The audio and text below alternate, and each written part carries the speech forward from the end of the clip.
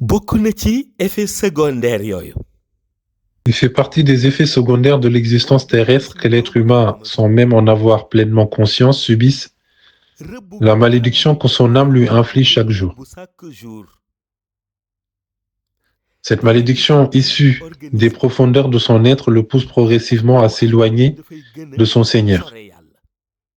Or, lorsqu'un homme s'éloigne de son Seigneur, les signes de cet éloignement se manifestent à travers ses comportements.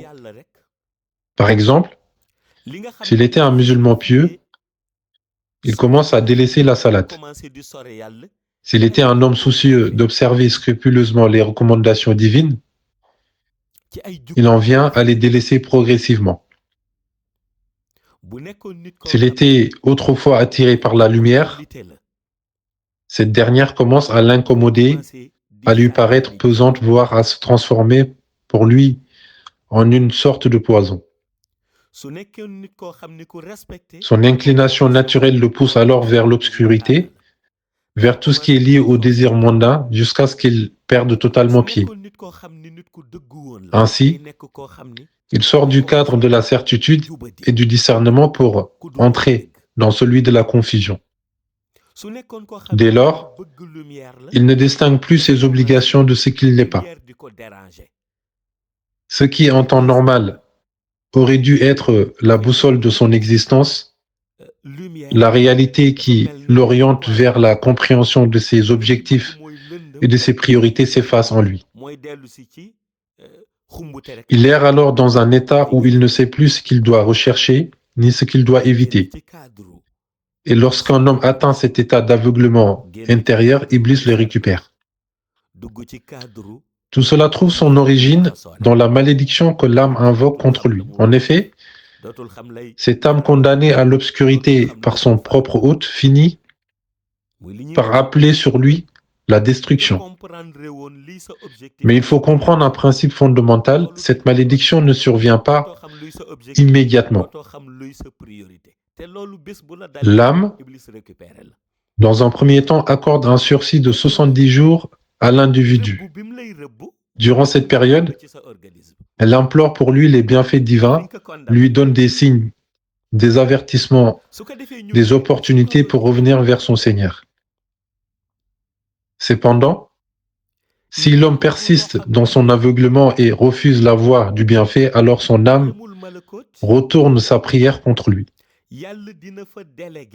Elle cesse d'implorer pour son salut et commence à demander sa perte.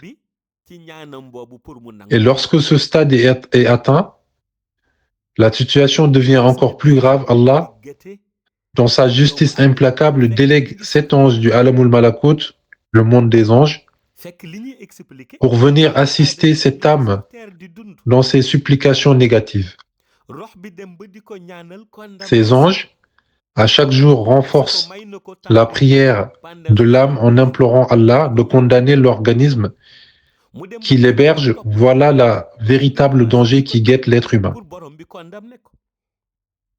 Il croit marcher librement sur terre, alors même que son âme a déjà prononcé contre lui un verdict spirituel, un verdict qu'elle ne cesse d'implorer pour qu'il soit exécuté. Or, pourquoi en arrive-t-on là? Parce que l'âme, ayant été patiente, ayant supplié Allah en faveur de son hôte durant 70 jours, ne trouve en retour que négligence et indifférence. Lorsque cet homme refuse de répondre à l'appel du bien, l'âme finit par se retourner contre lui et devient son propre bourreau. Ce retournement se traduit dans son comportement. Son cœur s'attache aux ténèbres. Il développe un amour pour des mauvaises qualités jusqu'à ce qu'il en fasse un culte.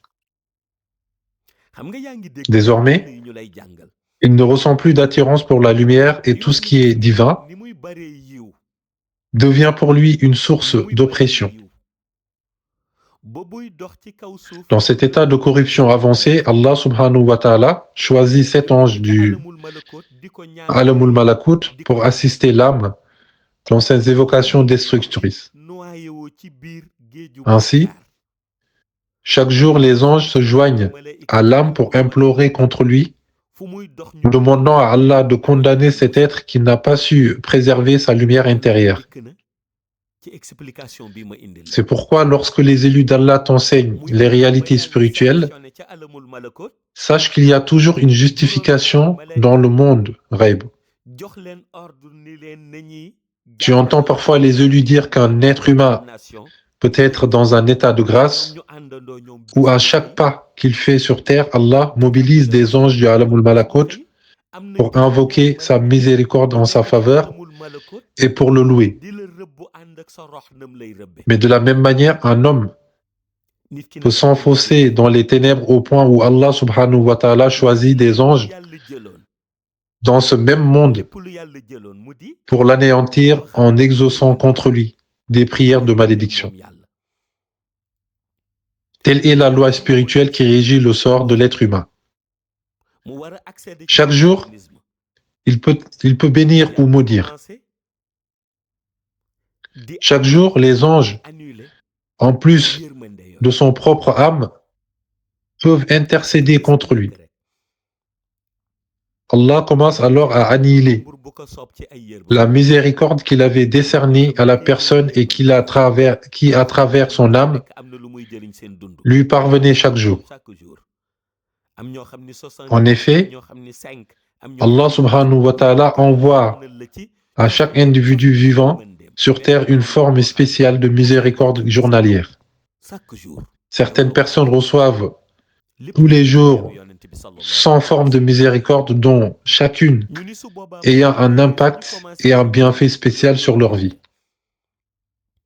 D'autres en reçoivent 70, 5, 10, etc.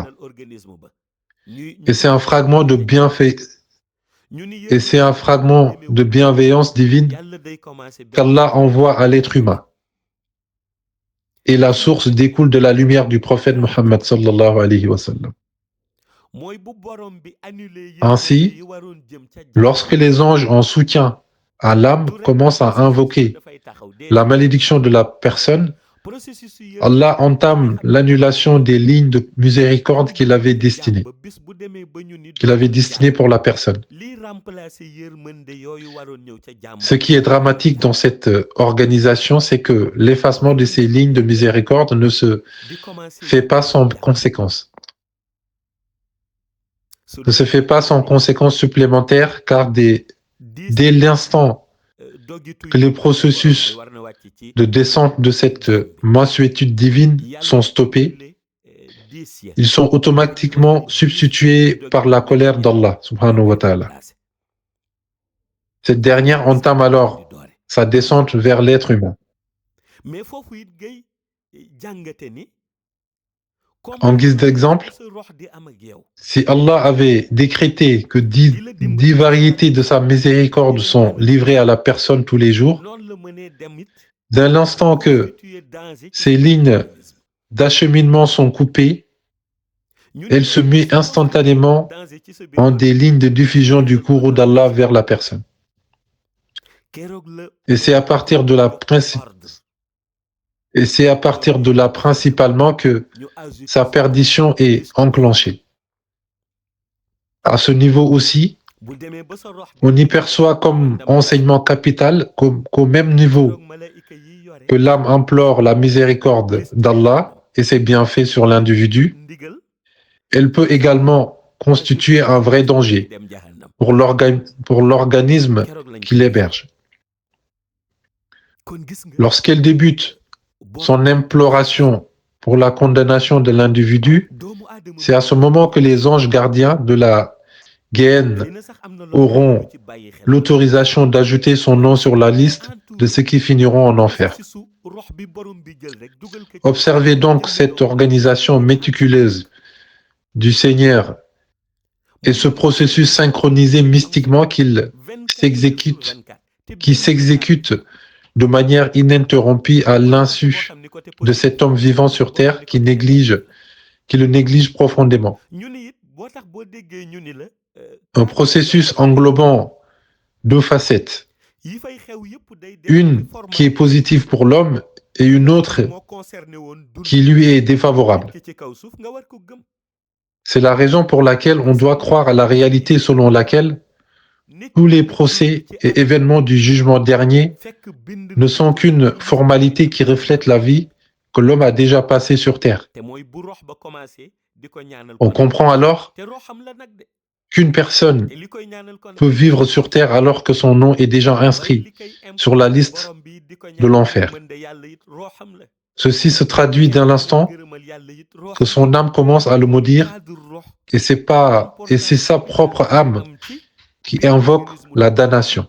De la même manière, c'est cette même âme qui invoquait la bienveillance et les grâces d'Allah sur elle. Ainsi, le cadre essentiel de l'âme ne se limite pas à constituer le moteur vital de l'homme, mais elle va au-delà de cette fonction primaire. Tout ce qui minimise cette fonction essentielle croit que l'âme se limite à l'animation vitale du corps. Or, s'il avait vent de son travail mystique, il saurait que l'âme, à elle seule, peut les guider vers le chemin d'Allah, le chemin de la droiture. C'est pourquoi tous les prophètes ont annoncé à leur peuple que la raison pour laquelle au jugement dernier, il n'y aura aucune excuse, c'est parce que le Seigneur a plusieurs fois envoyé des guides.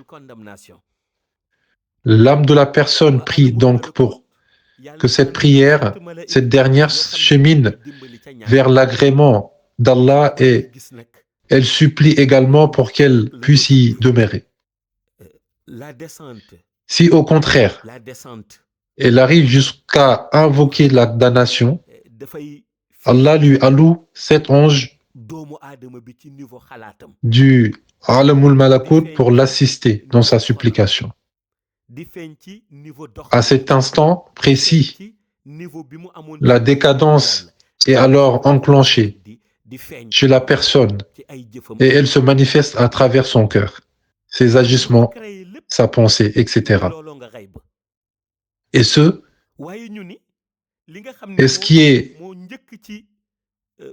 qui est à l'origine de ces conséquences se trouve au ghaib. Néanmoins, ce qui a fortifié l'apparition de ces symptômes se trouve également en son sein. C'est son âme. En ce moment précis, l'âme débute alors sa communication avec les 7 anges à travers ses rayons afin qu'ils le débarrassent de l'organisme où il est emprisonné. Le danger s'amplifie ainsi sur la personne hébergeant cette âme.